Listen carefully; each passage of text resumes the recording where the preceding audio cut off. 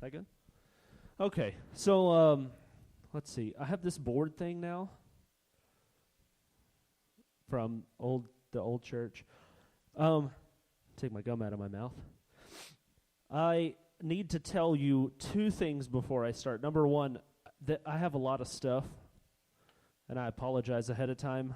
If you saw how many pages I have, you don't want to know how many pages I have. But I would encourage you to get something to write on and something to write with, because this will be. I tell all my students to take notes, and none of them pay attention to me. So y'all don't have to take notes. Sometimes it's nice to have something later on. And if you want my notes, so you don't have to take notes, I'll print them off, and you can crucify my spelling because I'm not an English teacher.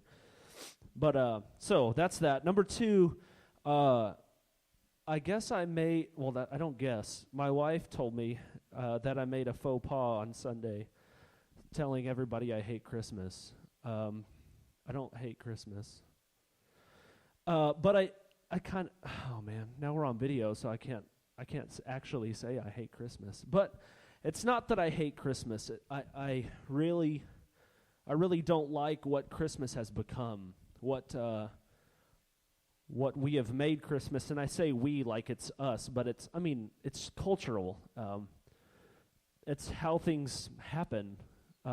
There's not a lot that we can really do about that.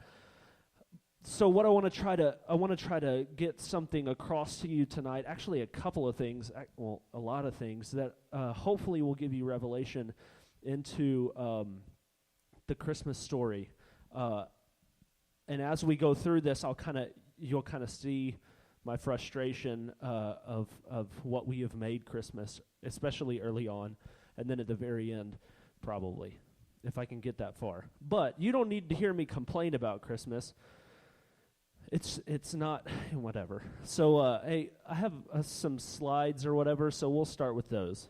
So if you'll just go to PowerPoint and just open the PowerPoint presentation, it should be like ready to go on the computer. Open it up, and we'll see our beautiful Christmas story. It's a joke. Can you dim the lights right here, these ones, so we can see this? That is a really nice nativity.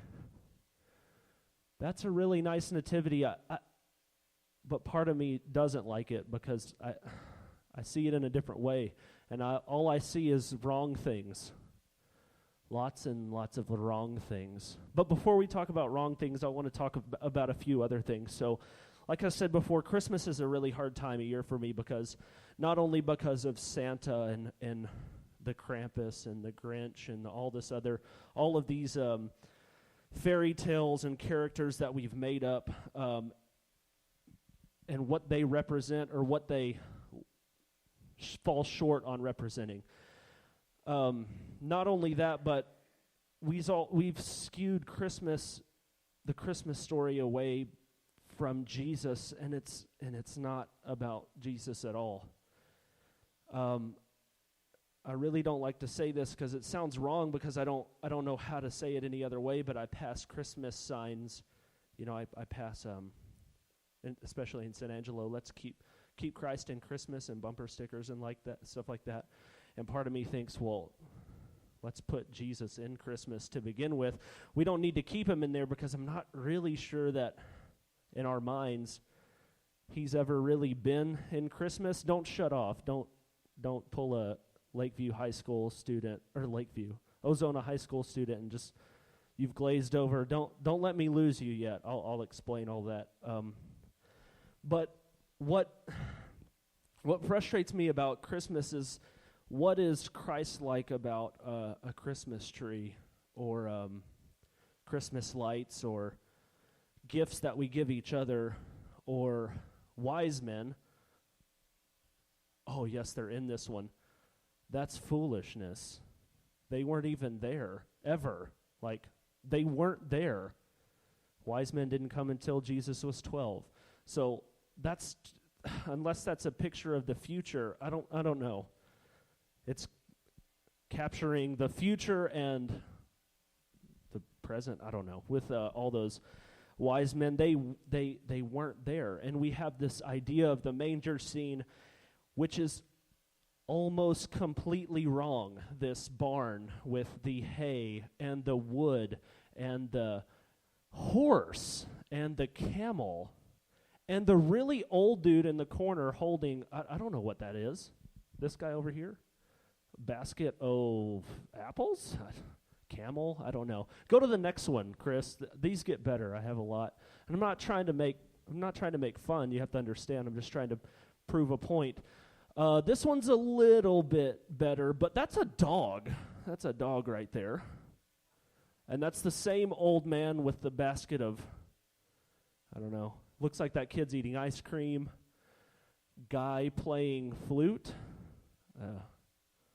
I don't get that. And you'll understand why. Again, with the horse, don't understand, or not horse, but cow. The next one, Chris. This one's kind of nice. There's a chicken in this one. At least they have appropriate aged shepherds. And we'll talk about that in a second. Appropriate aged shepherds and a donkey. There's no cow. This is getting really good. Like actually remotely close. They're in what seems to be a cave. They have nice ambiance, this nice beautiful lighting. There's still hay in the manger, but we'll move on. Next one, Chris. There's that cow again. Appropriate aged shepherds in this one, but a duck and a cat. There's a couple of cats in there. Feral cats. I don't know if those were in Jerusalem at the time of Jesus. And then you have the golden straw and the hay and all that greatness. Is there another one? I think I put the ducks on. Okay, very good. That's the last one. You can go to the next one. So, I would the reason I kind of joke about this stuff, and it's not really a joke. I say that, but I feel like we have more Christmas when we talk about Easter than we actually do when we talk about Christmas. Because I think what some of us, and myself included, I think what we fail to remember is, why did Jesus come to earth? That's not necessarily rhetorical, but he came for one purpose, to redeem us from our sin by living a sinless life and laying down his own for us, sinners. In the beginning, in Genesis, it talks about God's backup plan after the fall of man. And if you don't believe me, ask some of our youth kids. We talked about that God had a backup plan originally before we sinned. He had a plan already. And that plan was Jesus Christ. So, cows, no cows, 1,500 years before Jesus Christ, there weren't even cows. So it's been 1,500 years before the time of Christ that anyone's seen a cow in Bethlehem or even in Israel to begin with. So no cows. So these kind of things kind of poke at me, and the livestock and the camel and the wise men frustrate me a lot. But what I want to get down to tonight is the culture and the setting of the biblical story, so that way we can fully understand what we're doing. And what's amazing is, I kind of talked about this the last time I spoke about using the weak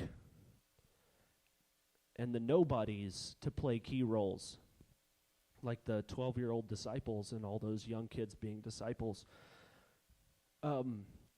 God used a girl. And when I say a girl, I mean a girl. How old's Lexi? She's 13. Mary. Mary was anywhere from 12 to 14 years. 14's kind of pushing it, but man, a 12-year-old, a 13-year-old girl, an 8th grade girl. Joseph, unknown carpenter, that frustrates me too. I think this is the last of my frustrating points. Joseph the carpenter. When you think of carpenter, what do you think of? Woodwork. I'm going to show you some pictures here in a minute, so I want you to think about these pictures here in a minute. There's no wood in Israel. There's no wood in the Middle East. Oh, there is, but the trees are like this tall max. It wasn't a carpenter. By what we think of carpenter, it's more of a mason, brickwork, not woodwork, brickwork. So the little manger with the wooden manger with the crossed manger legs and the beautiful wooden. No, it's just no. That's not the biblical setting of the Bible, or the biblical setting of this story. So Joseph the mason probably is a mason's son. Has anybody seen Passion of the Christ? Passion of the Christ, there's a flashback in the Passion of the Christ when Jesus is making this table, and they joke about, they have chairs, and they sit at this table. And that makes me laugh because it's a funny joke that Jesus, they're saying Jesus made the first table with chairs, which is kind of funny. But also, not at all. They're not out of wood. And plus, his dad wasn't a wood maker. His dad was a mason, so he's probably not doing woodwork. But we're moving on. So the first thing I really want to touch on is geography. And this is a map of Israel. And I forgot my laser, so you'll just have to bear with me. I need a really long stick.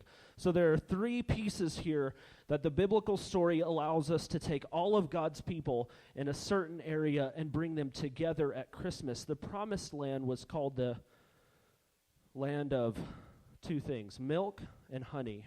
And so we're going to talk about those two things. Milk being farmland, shepherding land, milk. Honey being the farmland. So let's look at this. Oh, man, I forgot the Mediterranean Sea. So let's go from this place right here, where Jerusalem, Bethlehem, Tekoa, that area right there, that's called the Judah Mountains. Okay? Judah Mountains. Huge mountains. Huge, ginormous mountains. Judah Mountains. On the east side of the Judah Mountains, that's called the Judah Wilderness. That's the land of milk. That's the land of the shepherds. That's the land of God's people. A little bit further past this picture will allow us to see is the Dead Sea. Okay? So that's the kind of thing that it falls off, that Judah Wilderness falls off into the Dead Sea. Judah Wilderness, where you find the shepherds. Okay? So Judah Mountains, Judah Wilderness. On this side, this main part right here where that long arrow is for no reason, that area is called the Shephelah, which is the lowlands or the foothills of the Judah Mountains, which allows us to see the farmland. Okay? One more to the far, whatever the direction that is, west, Judah Mountains, Shephelah, all the way on the coast next to the Mediterranean Sea, those are called the coastal plains. So in the coastal plains are not God's people, the pagans, usually the Philistines. So you have this wide scope of things. You have the coastal plains, and then the Shephelah, the lowlands, the farmlands. So usually there are a ton of stories in the Bible, and if you don't read the Bible like this, I encourage you to start reading the Bible like this, that the Shephelah is the land where God's people meets the pagans. Oh, nice. Pointer. Good. Where it says Valley of Elah. Right there, that's David and Goliath's story. So it makes sense, right? The coastal plains people trying to take land from God's people, and they meet in the middle, the Shephelah. Gath, that's where Goliath is from. Okay? I think it's Timnah. Timnah is where Samson finds his first wife. Okay? And then he goes down to Gaza, and you all know what Gaza is. I mean, it's huge. Gaza's right on the edge of the Mediterranean Sea, right off the map. And that's where Samson murders 1,000 or slays 1,000 Philistines in God's name. So a common Jewish thing is Where is your Shephelah? Where do you, as a godly person, meet your pagan, not rival, but your pagan counterpart? So a Jew might come to you and say, where is your Shephelah? Or how is the Shephelah? And that means, how is your walk been with the people on the other side of the farmland? So that's a thing. So now you got basic geography. That's nice. Oh, missed something. Sorry. Right on the ridge line. So from that whole ridge line right there, there's another piece of farmland that we're going to talk about farming for just a little bit. So you have the shepherd lands, and then the fields. They're called fields. Fields. Okay, so you have the shepherd lands, and then on the ridge of the mountain, you have a really tiny strip, about 5 miles wide, called the fields.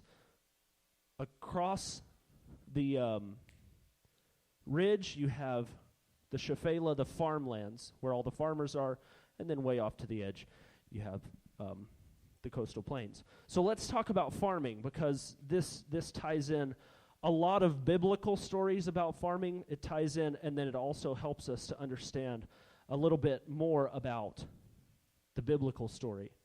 So on the western side of the ridge, you have a farmland called Agan. Can you go to the next slide?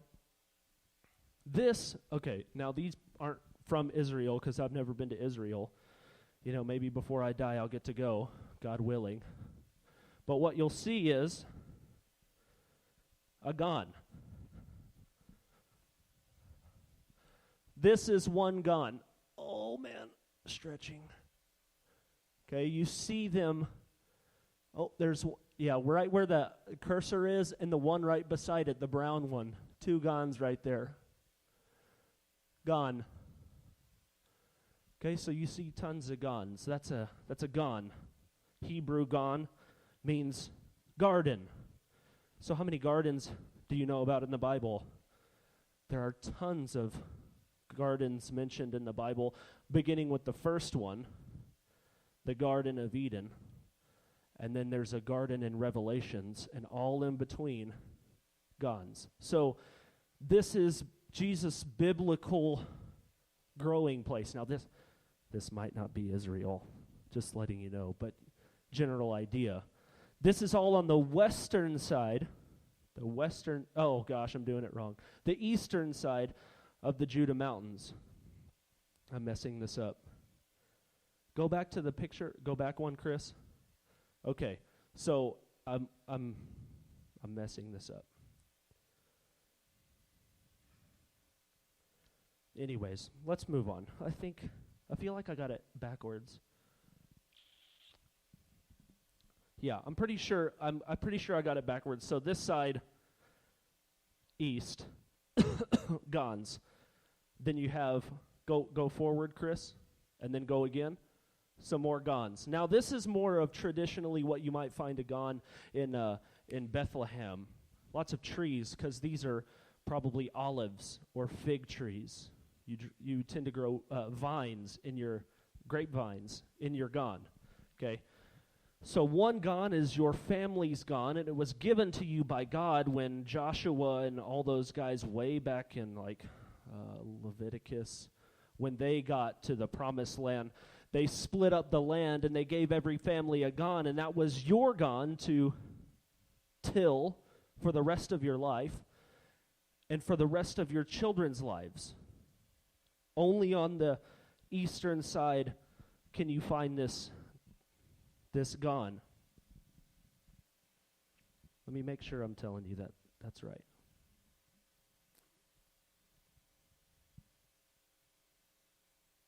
Because I feel like I'm telling you western side instead of eastern side, but for right now, let's not worry about that.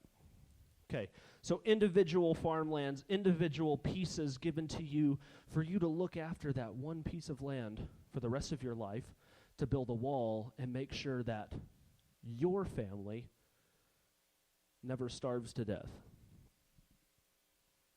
And I think that's a really awesome thought to think about, that there are people that tilled and worked this land thousands of years before Jesus' time. So when the time of Jesus, and even until now, thousands of years later, they can still till that garden because thousands of years ago somebody built a wall to trap the soil and then till the soil, work the land. It's an amazing thought. Let's go to the next one. So the next one is green pastures. This is funny. I know you might not know the joke, but that's not Israel. That's like Scotland. Look at that dude herding sheep. That's not biblical. Go to the next one, Chris. This is green pastures. And you might have heard some of this before. Man, that's beautiful and green. So, there's so many things to think about when you think of the green pastures.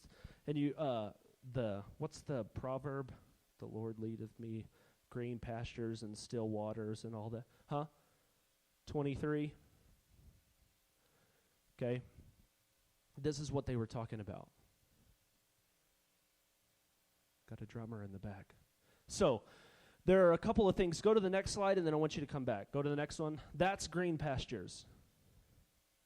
What you need for that day to survive.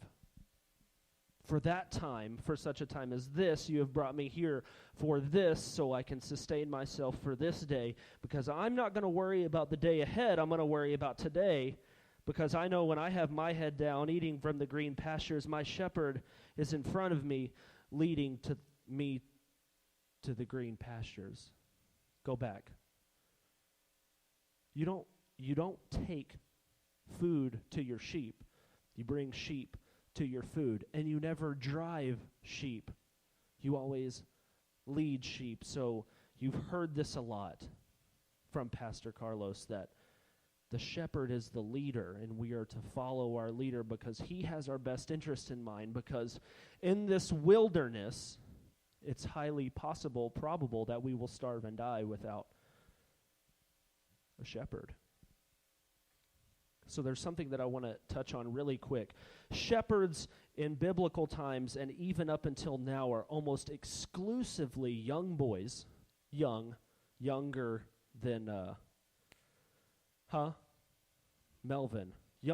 Sorry, dude, I apologize. Younger than Melvin. Young girls, and then old women. Young boys, young girls, and old women. If you ever see a man with the sheep, he's in the shade resting, because that's not his job. That's not his duty. So now you know why I get frustrated when you see old dudes in the manger. Just like I get mad when I see old dudes at the Last Supper. Not old dudes. Okay? Where was David before the king found David and sent for David? With the sheep. How old was he when that happened? 12 or 13. Quattro said 13. I don't know. It's his first time here. So, so he's a young teen. How about that? Okay, that makes sense. Okay, and where was he? In the green pastures. Let's go to the next one. These are called, now this, I'm almost positive this isn't Jerusalem or Bethlehem, but this is a picture that is representing a field. These are called the fields. So you have the Gons on this side, and you have the green pastures on that side, and then you have the field in the middle. Right on the ridge line is a 5-mile strip. So you can go from, back up like 3 slides all the way to the Gons. You can go from this, and then 2 forward to not to that one, to that, and you go through 2 forward, right there, you go through that. And that's all within 5 miles. Within a 5-mile diameter, or whatever, however you want to say that. Within 5 miles. You can walk a day and see all of these. Now, a field is about, you get about an acre. Your family, it's divided up, and it was divided up for thousands of years, and so you're left to run the field. So what do you find in the Gan? Well, you find the olives and the grapes and the figs and stuff like that in the Gan. And then in the fields, you usually find the grain and the wheat and the barley. An acre, max, to farm. Now, what you might be thinking is, how do you make a living off of an acre of land? And the point was to never make a living from your farmland. It's to live for a living off of your farmland that was provided to you by God. Go to the next one. Yes, I stole these images. Absolutely. Don't copyright infringement me. But what you'll see here is about a nice long strip, about an acre, of farmland. And these are called the fields. I love this one down here in the corner because you can see the stone wall. And there are, there's proverbs, there's all kinds of stuff about moving the wall to get more land, and that's super bad, you could die for it, and all kinds of stuff. But there's so many things that are in the Bible about these things when you see the fields, and when you see the Gans, and when you think about the shepherds. This is all you have to live for. So this is a field. So usually what they would do, what the people that harvested whatever this crop was, is they'd walk along the wall. So there's a teeny tiny trail next to this wall. You can barely see it because it's so pixelated because I had to blow the picture up so big. But you see this tiny trail, and that's where you would walk because you stomp across that land. It's clay-based soil. You've ruined a loaf of bread for my family. You've stomped to death food out of my mouth. So you had this little path here. So think about this parable. The sower went to sow, and some of the seed fell on the rock. Some of the seed fell on the path, and some of the seed fell in the fertile soil. Or some of it says the thistle. Well, you had the thistles growing out of the wall. Okay, so this is the kind of thing that you should think about as you read the Bible, because again, Jews are very pictorial. It's all about painting a picture. Okay. So, why have I spent so much time on farming and I have read zero scripture? Because I said all of that and I gave you the picture to read one thing to you, and that's Luke 2:8. And I'll give everybody a moment to get there. And we'll read Luke 2:8 together.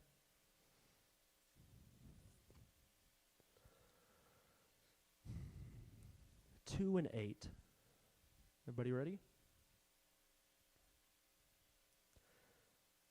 And there were shepherds living out in the fields nearby, keeping watch over their flocks at night, and the angel of the Lord appeared to them, and blah, blah, blah, blah, blah, and all that other stuff. Where were the shepherds? Where are they supposed to be? Where are shepherds supposed to be? Are they supposed to be in the field? They're supposed to be with the sheep, which is in the green pastures, right? So this gives us a very specific time frame. There's a certain time of year that this can happen. So I need to go further and take you further down the rabbit hole into a little bit of Jewish tradition. Now I hope this doesn't take very long, but that's why I brought the board. So what I need to do in order to impart some more small things that tell us more about the Jesus story is give you some idea as to the time of year that this can happen. And it all starts with two separate calendars that I'm going to do my best to put on this single board, starting with the agricultural calendar and then to the religious calendar. So bear with me. Number one, around November the 1st starts the agriculture Jewish New Year. Agriculturally, this is when the rain starts. So from April 1-ish to November 1-ish, Israel has received no rain. Okay? So this begins, the rains, the early rains, start November the 1st. Okay? Those are the early rains. They rains for about 4 to 5 weeks, and it kind of wanes off until about December 1. And December 1 is hopefully the ground is dry enough for you to plow. Okay, so you plow on December 1, and then about December 15th, you can spread your seed. Okay? Agriculture year. No rain from April 1 to November 1. And then right around November 1, you get the first rain. And then December you plow. December the 15th, you plant. Okay? So, starting January through March,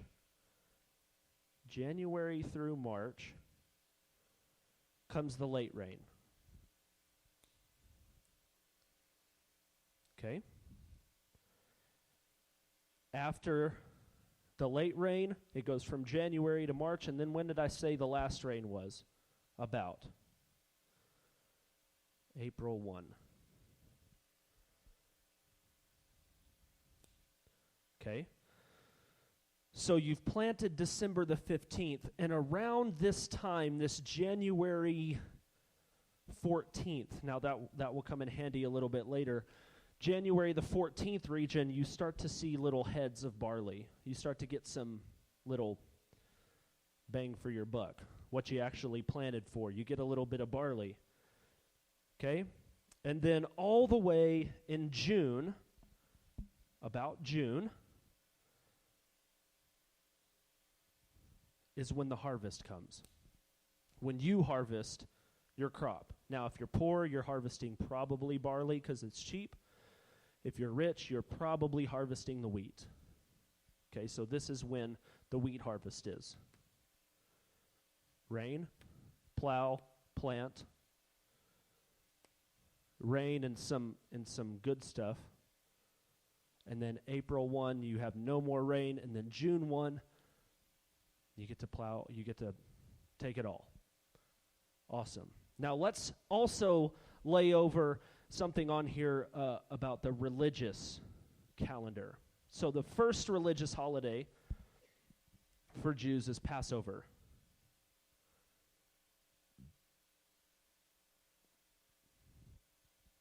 Passover. First Jewish holiday. That date is set in stone by Levitical law. It is the 14th day of the first month. Okay? The second holiday, which is the next Sabbath after the 14th, is unleavened bread.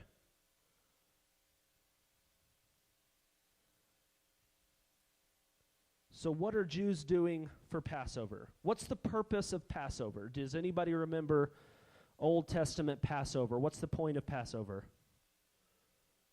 When they left Egypt. Okay, why? Well, they were in bondage. And then they put the blood on the door, and the angel of death passed over, and then the next day they left. So that's Passover.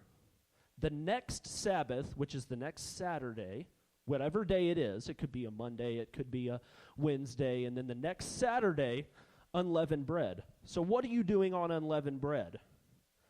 On unleavened bread, you are praying to God, every Jew, on that Sabbath after Passover is praying to God to give life from the earth. So what are you doing? You're praying for, in advance for June. That's what you're doing on unleavened bread.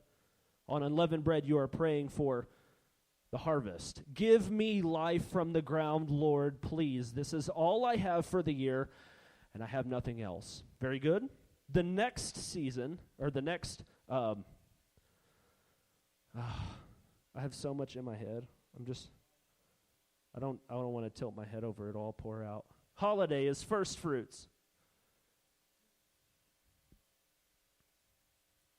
First fruits. So on first fruits, what you're doing is exactly what it sounds. On the next Sabbath day, the Sunday after this Sabbath day, Passover, Sabbath, the next Sunday, you're going to the temple to give your first fruits. Okay, so like tithe. This is where the idea, okay, so you can think of it like that.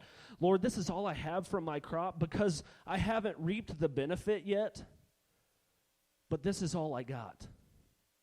So if I lose the rest of it, I'm toast. But what I have right now, I'll give you what I have right now out of an act of faith. So that's where that idea of tithing comes from. Then, the next holiday, and for right now, the last holiday we'll talk about is Pentecost.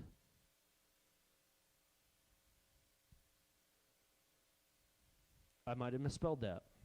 It's okay. You know what I'm talking about. So here's the deal. Let me try to paint a picture for you here. From Passover to Pentecost. Penta means, come on, I have faith in you. Pentagram is upside down five stars. So Penta means, Pentecost is 50 days. 50 days from the time Passover occurred is when you celebrate Pentecost. Okay? I want to tell you two stories. So, wait, before we do that. What are you celebrating for Pentecost? What is happening June 1? The harvest. Thank you, Lord, for the harvest. We are all excited. We love you. Okay? I'm going to tell you two stories, and then we're going to come back to this map, but I'm going to use this thingy-majigger. So let's go back to Moses. What happened on Passover? They left Egypt. How long did it take for them to get to Mount Sinai? What happened at Mount Sinai? 10 Commandments. How long did it take them from leaving Egypt to get to Mount Sinai? I'll give you a hint. 40 days. Okay? They leave on Passover. They arrive at Mount Sinai on day 40. Then what does Moses do? Goes up to Mount Sinai and receives the 10 Commandments. He talks with God and brings God's word down on what holiday? On Pentecost. He was up there with God for 10 days. He got all 10 commandments. He comes down. Cool? We got that one, right? That one's easy. Let me paint a parallel picture. What happens to Jesus on Passover? Huh? Almost. Crucifixion. He's dead on Passover. He's buried on unleavened bread. Dead. Buried. What happens on first fruits? He was risen. What happens 40 days after Jesus' death? 40 days after his death, he goes to a mountain and he goes to see God. Ascension. If you think that's a coincidence, I think I don't know. You're not seeing the big picture. It's the number game. It's not a coincidence that these two are parallel. Who was Moses to the Israelites? Like everything.